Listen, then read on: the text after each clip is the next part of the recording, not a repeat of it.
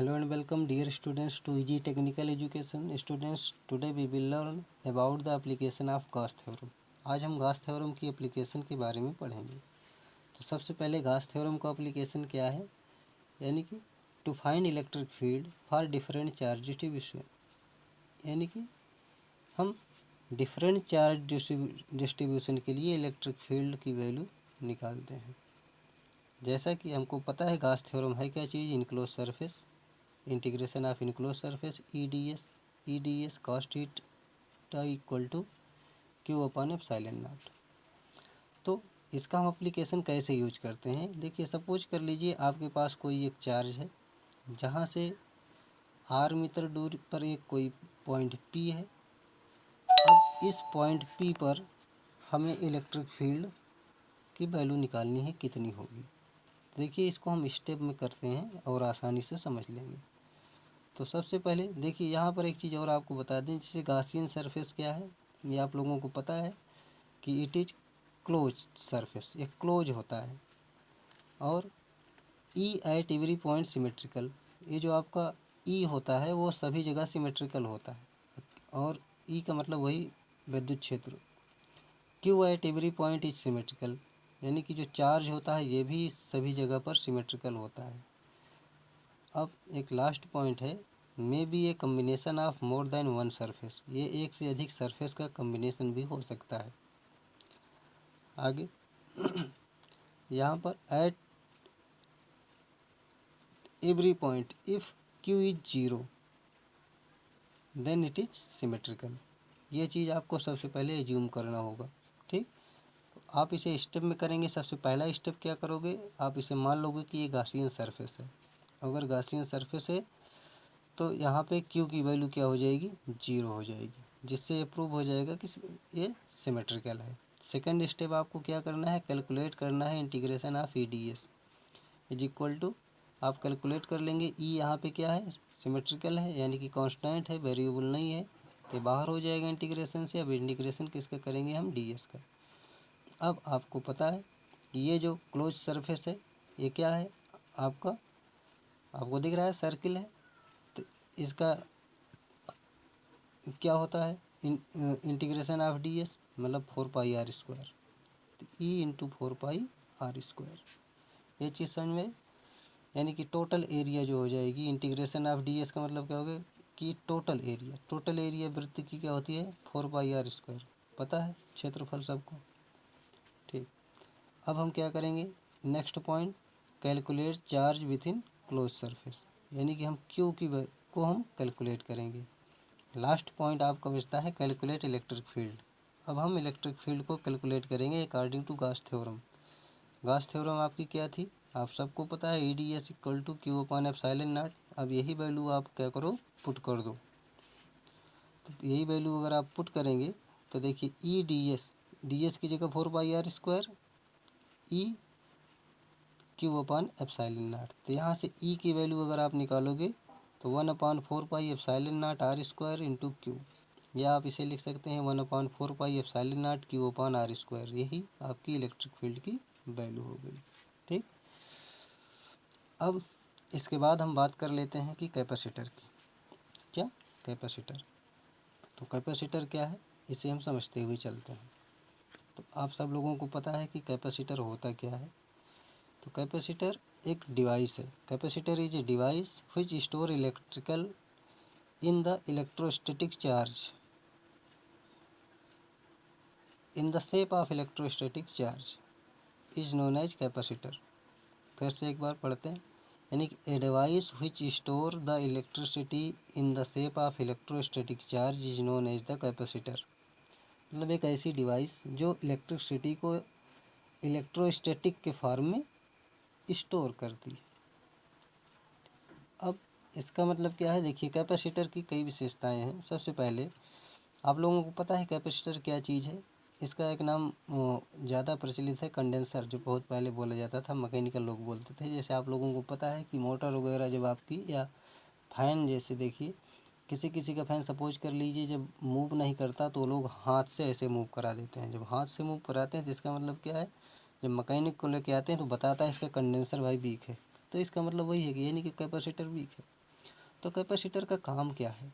तो कैपेसिटर का काम क्या है कि इनिशियल टॉर्क प्रोवाइड करता है किसको? फैन को मूव करने के लिए। तो इसका फर्स्ट फंक्शन क्या है? Capacitor provide initial torque. और इसके बाद क्या है, यानी कि सबसे जो मेन बात है वो कैपेसिटर का मतलब इसका जो नेट चार्ज होता है वो जीरो होता है। और यह इसकी सबसे खासियत क्या है कि यह चार्ज को सेपरेट करके रखता है। सबसे पहली चीज़ जो चार्ज को सेपरेट करके रखता है, इसका मतलब क्या है कि पॉजिटिव अलग और नेगेटिव अलग।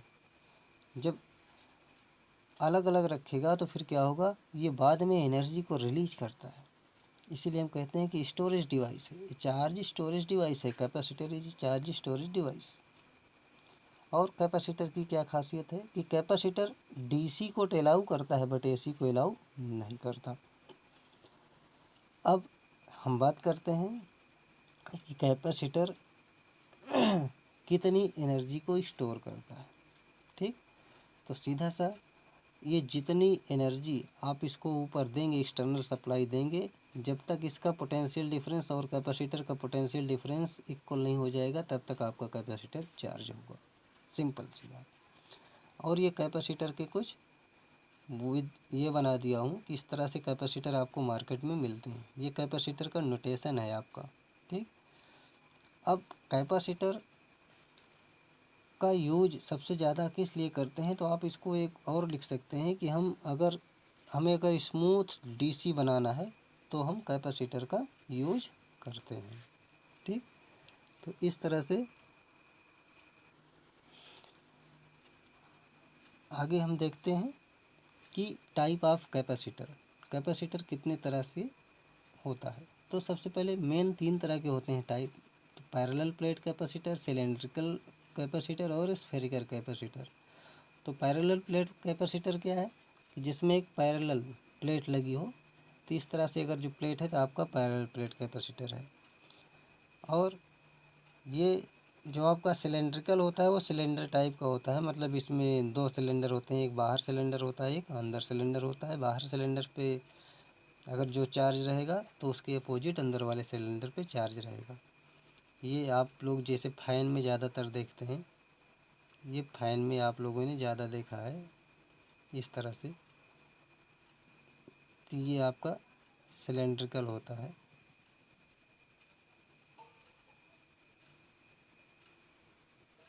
तो इसमें आप क्या देखते हो, 2 वायर निकले रहते हैं, तो एक अंदर वाले सिलेंडर से और एक बाहर वाले सिलेंडर पे। इसमें क्या होता है, अगर बाहर वाले सिलेंडर पे प्लस चार्ज है तो अंदर वाले पे माइनस चार्ज होगा, यानी किसी तरह से स्टोर ही करता है, ये चार्ज को सेपरेट करता है। ठीक, तो अब अगर यूज के व्यू पे देखा जाए तो हमारा ये कैपेसिटर है, ये देखिए, ये नंबर 1 पेपर कैपेसिटर होता है, फिर सिरेमिक कैपेसिटर होता है, वेरिएबल कैपेसिटर है होता है, माइका कैपेसिटर होता है, इलेक्ट्रोलाइटिक कैपेसिटर होता है। अब कैपेसिटर तो ये हो गया। हम जैसे कैपेसिटर की अगर हम अच्छा एक बात और आती है कि कैपेसिटेंस। तो कैपेसिटेंस क्या है, इन सिंपल टर्म आप कह सकते हैं कि charge provided per unit potential, charge provided per unit potential is known as capacitance. Hindi में इसे धारिता कहते हैं। C equal to Q by V. अब जहाँ पे Q is directly proportional to C कब होगा, यानी कि जब चार्ज बढ़ाएंगे तो धारिता बढ़ेगी। ये जब आपका वोल्टेज कांस्टेंट होगा तब। अब जब हम वोल्टेज और धारिता के बीच यहाँ पर देखते हैं तो एक इन्वर्सली प्रोपोर्शनल का रिलेशन है, यानी कि C is inversely proportional to voltage. तो यहाँ पे क्या होगा, यहाँ पे हमें Q कांस्टेंट रखना होगा। ठीक, अब इस चीज़ को हम समझ लेते हैं कि कैसे हम Q कांस्टेंट रखते हैं। अब एक एग्जांपल के द्वारा हम आपको समझाते हैं कि सपोज कर लीजिए कि आपके पास कोई एक पॉजिटिव प्लेट है। पॉजिटिव प्लेट का मतलब क्या हुआ कि जिसके पास पॉजिटिव आयन ज़्यादा हो, और एक न्यूट्रल प्लेट है, यानी कि जहाँ पे पॉजिटिव और नेगेटिव दोनों क्या हैं, बराबर हैं। यानी कि ए सपोज करिए क्या है, पॉजिटिव प्लेट है, और बी क्या है, न्यूट्रल प्लेट है।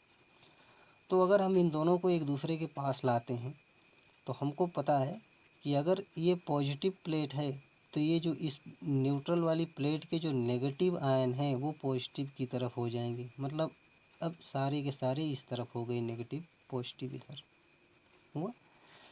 अब क्या होगा, ये जो नेगेटिव है अब इसके पॉजिटिव के साथ क्या करेगा, पोटेंशियल डिफरेंस बना लेगा, मतलब पोटेंशियल क्रिएट कर देगा। तो ये जो पॉजिटिव है वो इसके थोड़े बहुत जो नेगेटिव बचे हैं यहाँ से पोटेंशियल क्रिएट कर लेगा। तो अब देखने वाली बात है कि इसमें पोटेंशियल ज़्यादा किसका होगा, इसका ज़्यादा होगा नेगेटिव पोटेंशियल कि इसका ज़्यादा होगा पॉजिटिव पोटेंशियल। तो हमको एक चीज़ पता है कि आवेश से जैसे जैसे दूरी बढ़ती है वैसे वैसे विभव कम होता जाता है। लिखा हूँ मैंने, आवेश से जैसे जैसे दूरी बढ़ती जाती है वैसे वैसे विभव कम हो जाता है। मीन अगर आवेश की बीच की दूरी बढ़ती है तो पोटेंशियल कम होगा। अब यहाँ पे देखो, ये पॉजिटिव और नेगेटिव के बीच की दूरी कम है या नेगेटिव और पॉजिटिव की, तो जाहिर सी बात है पॉजिटिव नेगेटिव के बीच की दूरी कम है, यानी कि नेगेटिव पोटेंशियल ज़्यादा होगा। बात इतना समझ में आई। तो इसीलिए कहा गया कि C is directly proportional to 1/b, या आप कह सकते हैं कि जब हम पोटेंशियल को डिक्रीज करेंगे तो हमारी कैपेसिटेंस बढ़ेगी, धारिता बढ़ेगी। अब यहाँ पर देख लीजिए आप, कैपेसिटेंस डिक्रीज हुआ कि नहीं, 100% हुआ, जबकि चार्ज को मैंने डिक्रीज नहीं किया, चार्ज हमारा कांस्टेंट है। जैसे यहाँ पे पॉजिटिव चार्ज है +Q, तो ये देखिए कांस्टेंट ही है। बट यहाँ पे देखो पोटेंशियल क्या हुआ, डिक्रीज हो गया, तो पोटेंशियल डिक्रीज तो इसकी कैपेसिटी क्या होगी, बढ़ जाएगी। तो इसलिए हम क्या करते हैं कि चार्ज को चेंज नहीं करते बल्कि पोटेंशियल में चेंजिंग लाते हैं। और ज़्यादा पोटेंशियल में चेंजिंग लाना है मुझे, तो हम जहाँ पर एक अभी न्यूट्रल प्लेट लिए हैं वहाँ पर हम क्या करें, एक तरफ पॉजिटिव प्लेट ले लें, एक तरफ नेगेटिव प्लेट ले लें। तो यहाँ से क्या हो जाएगा, एक तरफ जब पॉजिटिव और एक तरफ नेगेटिव प्लेट ले लेंगे तो हमको और आसानी हो जाएगी, इसकी कैपेसिटी और ज़्यादा बड़ी मिलेगी। क्यों, क्योंकि देखिए यहाँ पे जो नेगेटिव आयन है अगर हम इनको ग्राउंड से कनेक्ट कर दें तो सारे अंदर चले जाएंगे। अब क्या होगा, अब यहाँ पे पोटेंशियल डिफरेंस ज़्यादा होगा, यानी कि बहुत ज़्यादा अंतर होगा, यानी कि पोटेंशियल में बहुत ज़्यादा कमी आएगी। जब पोटेंशियल में जितनी ज़्यादा कमी आएगी उतने ज़्यादा आपका कैपेसिटेंस बढ़ेगा। ठीक, अब हम बात कर लेते हैं कि अब क्या किया जाए, अगर हमें इससे भी ज़्यादा पोटेंशियल बढ़ाना है तो हम क्या करें। अगर हम इससे भी ज़्यादा पोटेंशियल मुझे बढ़ाना है तो हम इसके अंदर क्या करते हैं कि एक डाई इलेक्ट्रिक मीडियम यूज करते हैं, डाई इलेक्ट्रिक मीडियम। ये जो डाई इलेक्ट्रिक मीडियम होता है मतलब जिसमें पॉजिटिव और नेगेटिव दोनों चार्ज हों। जैसे सबसे अच्छा एग्जांपल है एयर या इंसुलेटर वगैरह डालते हैं, इंसुलेटर। ठीक, तो इसके बीच में हम कुछ एयर वगैरह डाल देते हैं जो डाई इलेक्ट्रिक मीडियम का काम करता है। तो जिससे क्या होता है, इसकी कैपेसिटी और ज़्यादा बढ़ जाती है। यानी कि ये जो पॉजिटिव और नेगेटिव है ये क्या करेंगे, ये देखो तो सबसे पहले एक दूसरे को न्यूट्रलाइज करेंगे, ख़त्म कर देंगे। चलिए सपोज करिए एक डाई इलेक्ट्रिक आपने इसमें डाल दिया, जैसे ये आपका कैपेसिटर है, plus plus plus minus minus minus. तो हम क्या किए, एक डाई इलेक्ट्रिक डाल दिए, एक डाई इलेक्ट्रिक मीडियम डाल दिए, यानी कि अब इधर प्लस प्लस प्लस, इधर माइनस माइनस माइनस। अब क्या किया, ये सबको न्यूट्रल कर दिया, यानी कि एक दूसरे को कैंसिल आउट करने लगेंगे। तो इस तरह से क्या होगा, हमारा जो पोटेंशियल है वो क्या होगा, वो लगभग जीरो के बराबर होने लगेगा, यानी कि पोटेंशियल बहुत ज़्यादा कम होगा। जब पोटेंशियल कम होगा तो आपको पता है C is directly proportional to 1/b, यानी कि हमारा कैपेसिटेंस बढ़ेगा। इसलिए हम किसी भी कैपेसिटर में डाई इलेक्ट्रिक मीडियम यूज करते हैं। तो मुझे उम्मीद है कि आप लोगों को ये वीडियो समझ में आया होगा। अगर आपको वीडियो ठीक से समझ में आया तो आप इसे लाइक, सब्सक्राइब और शेयर करना ना भूलें। Thank you, thanks for watching.